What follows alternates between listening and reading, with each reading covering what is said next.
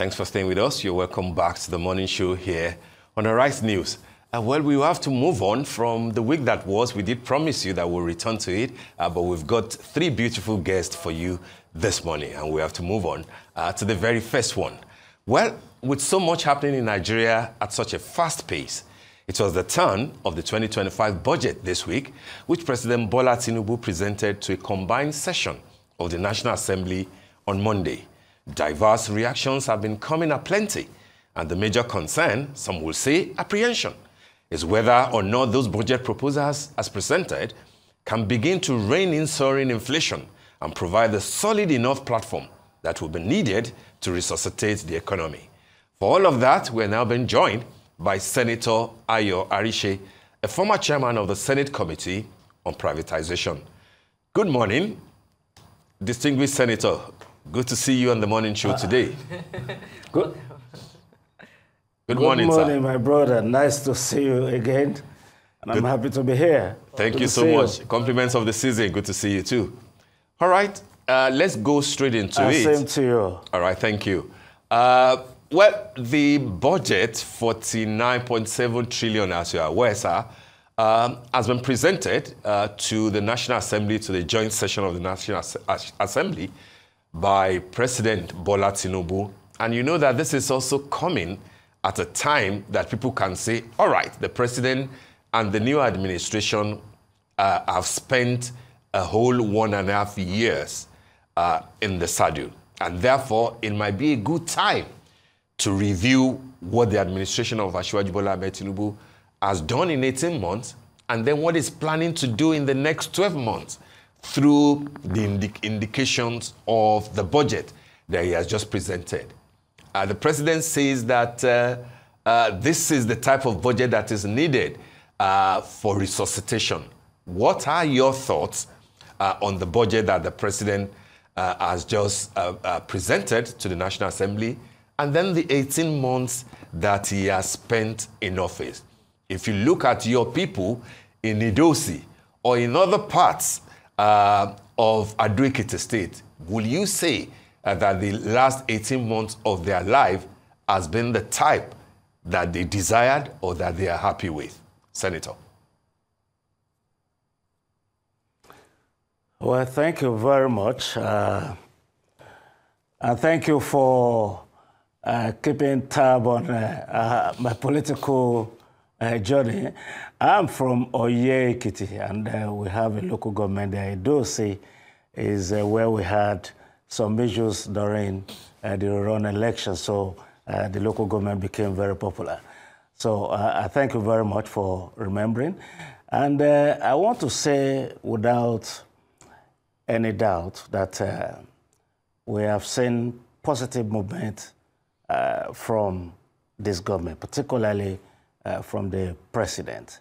And of course, which culminated in the budget presentation of this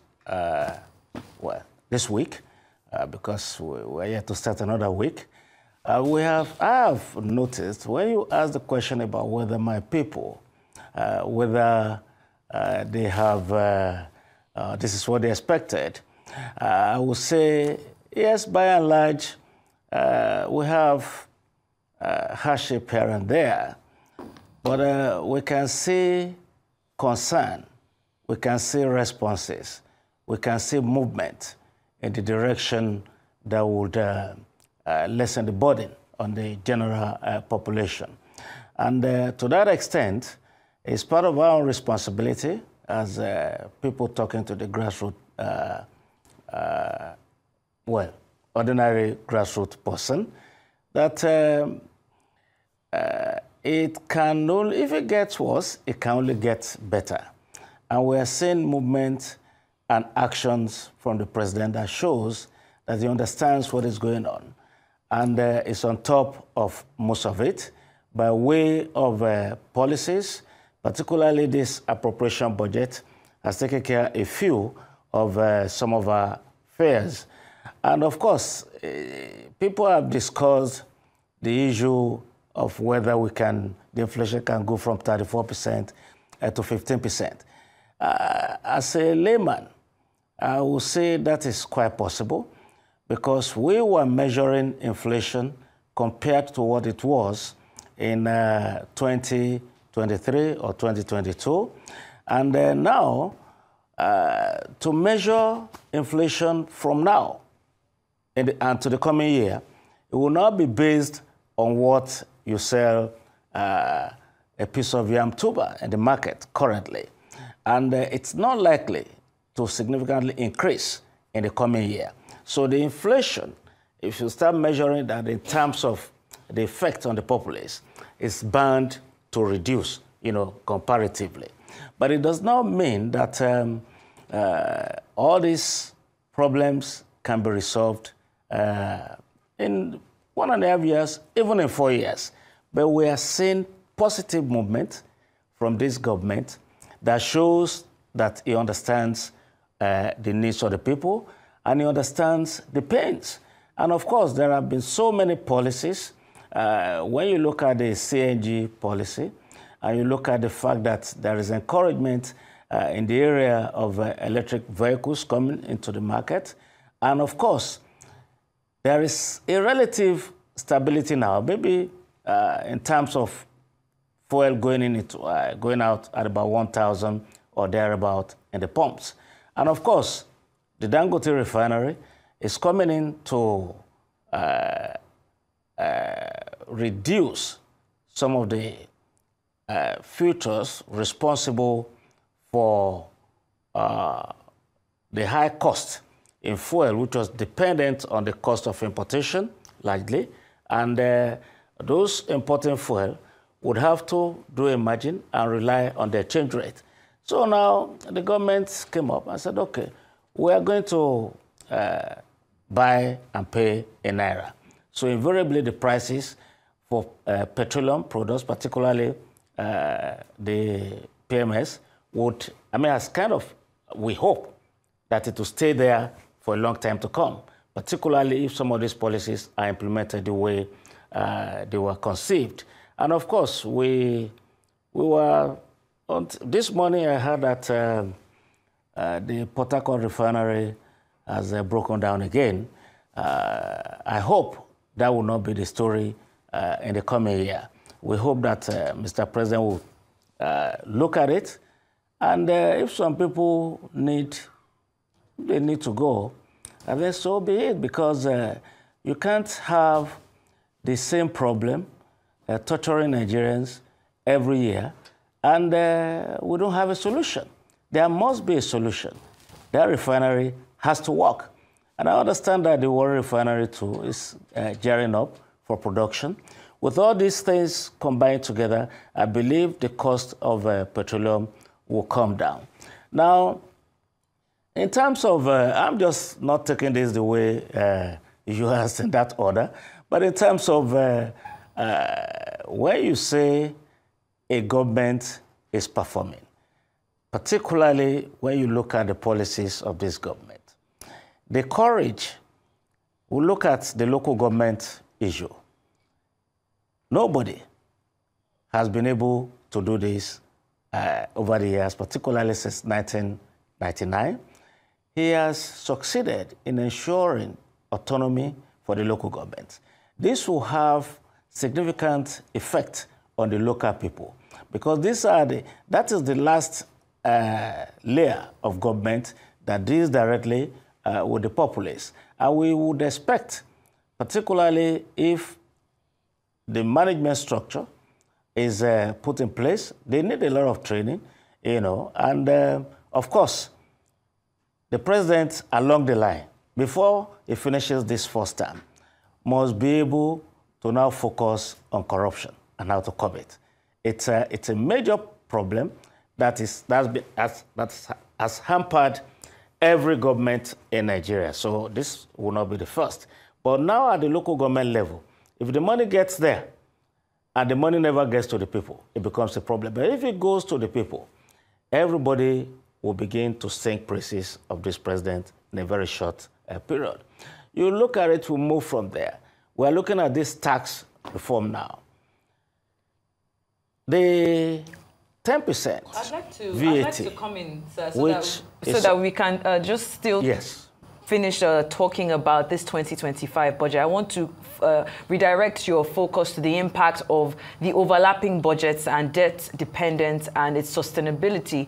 As someone who has been deeply involved in legislative oversight, how would you interpret the government's decision to proceed with a new budget while running for overlapping budgets, as it were? How does this practice affect fiscal discipline, public trust, and the overall efficiency of governance? The 2025 budget outlines a projected deficit of 13 trillion, largely funded through borrowing. So if with the debt servicing already consuming a significant portion of our revenue, I also want to find out if you see this as a necessary measure to stimulate growth, or do you see it as a sign of a deeper systemic issue in our revenue generation and expenditure frameworks? So we're touching on the overlapping of the budgets and this continuous debt servicing that we continue to see in the budget, as it were. Well, thank you very much for that question. When you talk about overlapping of the budget, in other environments, when you engage in capital budgeting, some projects will run 4 or 5 years, some will run 2 years, some will run 3 years. So it's not something that is cast in a rock that, okay, a budget must terminate at the end of the year. Yes, the budget will continue to run. And that does not disturb you from budgeting for the following year, because the overheads are recurrent, they will still keep coming, so you still have to make budget for that.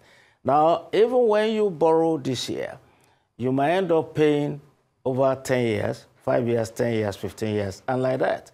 So every year, there must be a budget to accommodate that. And in addition to that, putting the accommodation in place does not mean you have to stop what you had budgeted this year at the end of this year. It shouldn't work that way. And I think that is one thing that, my own understanding of overlapping budget, that, you are budgeting where you have not implemented the previous one and you are still running it. Yes, I think it makes a lot of sense that if you say, because I started constructing a road this year and I budgeted for it, next year, and the money has been accounted for, next year, that money will continue to run, because you can't pay a contractor upfront for job he has not done. They bring in certificates of completion, then you pay them. So that money should be there. It should, because the year has ended does not mean you have to now capture all these funds. And that has been responsible for many of the sharp practices we had in the past, where people say, oh, the year is running to an end, and they start spending money on very frivolous items. So I think it's a welcome development. We should continue to do our overlapping budget. But you now spoke about borrowing and our debt dependence and the sustainability of it. Set up. Yes. Now, from the little experience I have, I know this government has been making efforts not to default on our loans. Even the ones previously taken, efforts is being made to pay them as at when due. So for them to budget for debt, it's normal. Otherwise, we will not be able to go out into any international community to borrow money, and nobody will be able to trust us if we don't service our loans. And whether this country can afford not to borrow to fund our budgets, we are not there yet.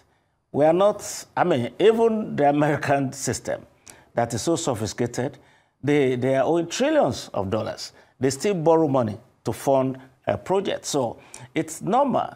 When you say you want to develop, you want to improve on your airports, on your hospitals and all that. And for all we care, if you look at the quantum of money that we have, that we generate in this country, is what an individual can lay claim to. And I know that in the state of Georgia, where I normally reside, the budget of the city of Atlanta alone is bigger than the budget of this country. So we don't really have the money, but the little we have, if we manage it better, we'll be very happy. And until we begin to go into manufacturing, productivity, that would actually expand our revenue base. And I believe this government is making efforts. I mean, I'm participating in some of the efforts to, generate more money from outside the country. And I believe some of these things will begin to yield a result as we go on. And I had the opportunity to speak with the Comptroller General of Customs, and he confirmed to me that beyond what we've been getting in terms of excise tax, the export base of this country has been improving, since this government came into power. And that is what we'll continue to see. The moment we cannot balance our import and export immediately, but we are having improvement in every area of our development. If we continue to generate both internally and externally, you would find out at a point our borrowing will begin to reduce. But right now, if this country does not borrow, where do we generate the money from? Unfortunately, the gyration in the international market is also something to contend with. We had budgeted at $75 now, and I think that as of yesterday, it has moved to about $74. So we must have a cushion for what we call a deficit budget financing in place. So I'm sure the expert, he has many good people handling most of these things. And I believe the totality of the result will be a better country for all of us. All right, Senator. You are going to you are going to speak about the tax bills, and I would like you to, of course, move into that space now. But I believe that you will have read the 4 bills. I believe that you have also followed the controversies around them, particularly the pushback from the northern part of Nigeria. A lot of people will want to mention somehow, the vice president himself and even the governor of his state, Borno, as those who appear not to be satisfied with the way that those bills, on tax are at the moment. I'd like to know your thoughts. And if you think that a consultation was adequate before the government started pushing that bill to the National Assembly. Given what many people are also saying that, yes, it may be necessary at a time to revitalize the entire, tax ecosystem. But then people thought that maybe that should have waited a bit for production to get to a very functional level in Nigeria. So they were saying that maybe 4 bills that will ensure that power is constant, that production is an all-time high, and that people are gainfully engaged, employed in Nigeria before we start talking about taxes, taxes, taxes. What are your thoughts, Senator Arishe? Thank you very much. I can assure you that if everything were perfect, people will still resist taxes. And, it's a major topic during any American election. People will go there, I'm going to reduce taxes, and this other party will not reduce taxes. And so that constitutes a major concern, when during the campaign season.